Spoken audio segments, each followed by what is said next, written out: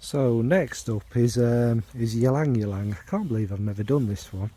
Ylang-ylang to me is kind of, it always adds a bit of, it's very yellow smelling, it adds a bit of yellow sunshine to it. Sometimes it can be a bit like a banana-y sweet, or it can be quite just bright and yellow smelling. Also, Ylang-ylang is probably the note I've noticed most used in modern perfumery and kind of classic perfumery as well, as having more of an indolic touch to it sometimes. But you know, it will be mentioned in one of the fragrances in here that is kind of the most iconic one, and it's the note I get the most of. But again, it kind of has that, just that little bit of a kind of naughty touch about it. Not too strong, it's very pleasant. So anyway, yeah, let's get into it. So yeah, first up is the indie, and that's from April Aromatics, and that's Tempted Muse. Now this one is like a lovely mixture of colour and sunshine and all of that. Mainly what I get from it is a kind of the sharpness and kind of bright citric feel of the pink grapefruit. It's also a little bit of a kind of pinkness from the rose. It's not none of the notes particularly hugely jump out. And then there's this kind of tropical ylang frangipani kind of thing, this bit of sunshine.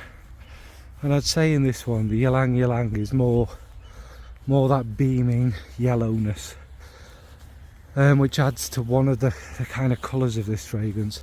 This fragrance isn't a particularly huge one, it's kind of a delicate, although you can, don't get me wrong, you can smell it, it's very, you know, it's very present, but it's kind of like this delicate, beachy, but more floral and more that hint of fruitiness, which maybe again comes from the ylang as well. Bit of a beachy walk, not a heavy-handed slap of suntan lotion kind of one.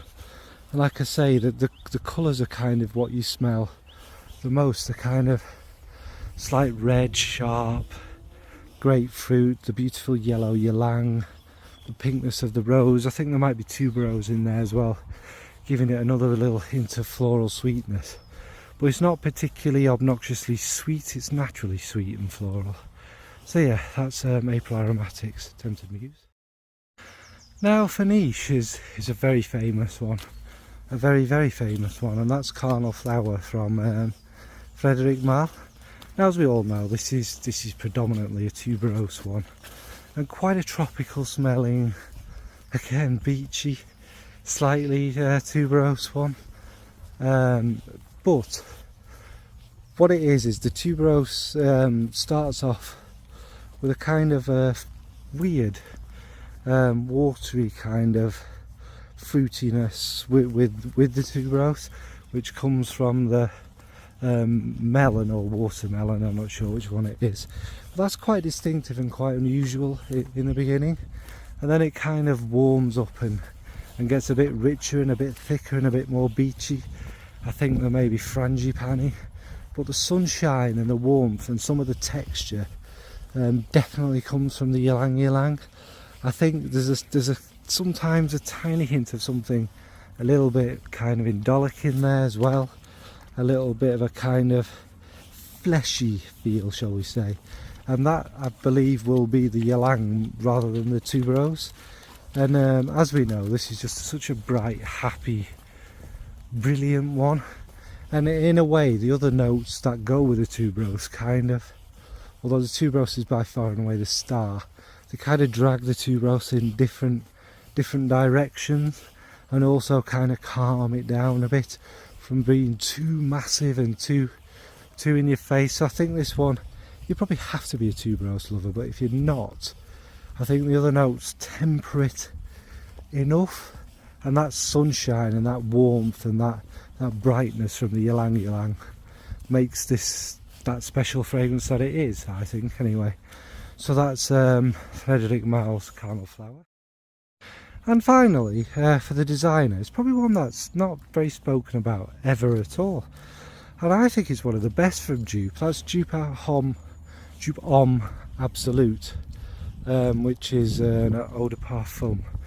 Now this basically, all this is a ylang-ylang, maybe a hint of leather and incense and black pepper, and the ylang is all the way through it, and it's basically about this kind of contrast. I've not really smelled any fragrances like this, and the ylang basically is just that yellow running through it, that yellow floral.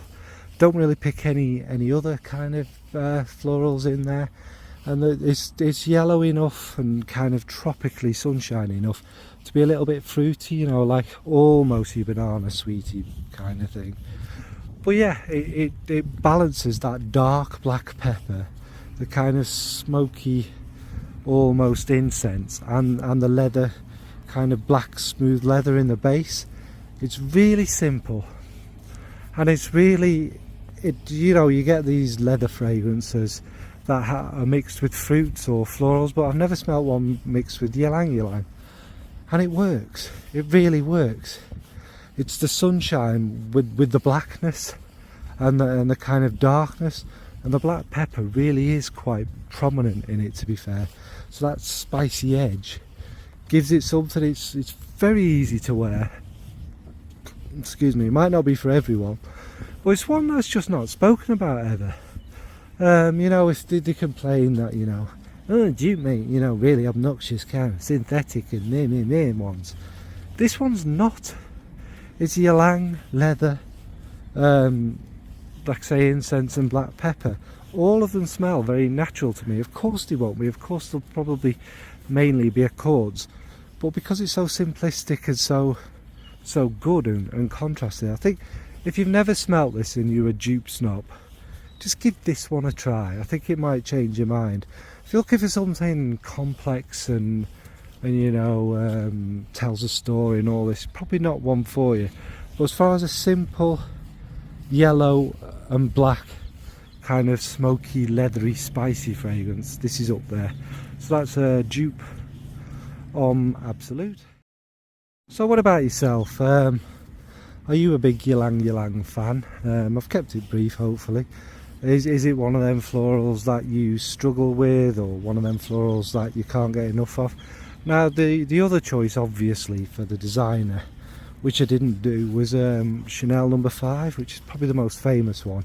There's a lot going on that fragrance, but I think the ylang-ylang stands out as the note, as the main floral, and it adds that sunshine and that sweetness in with everything else, and kind of, I suppose it's what makes us think of ylang-ylang maybe as a more kind of vintage note, and it does have that fleshy indolic feel in there, probably mixing with the civet and things like that, but it's beautiful. So yeah, anyway, what's your favourite yellow floral? Do you have any ylang-ylang fragrances that you love? Right, thanks folks, bye.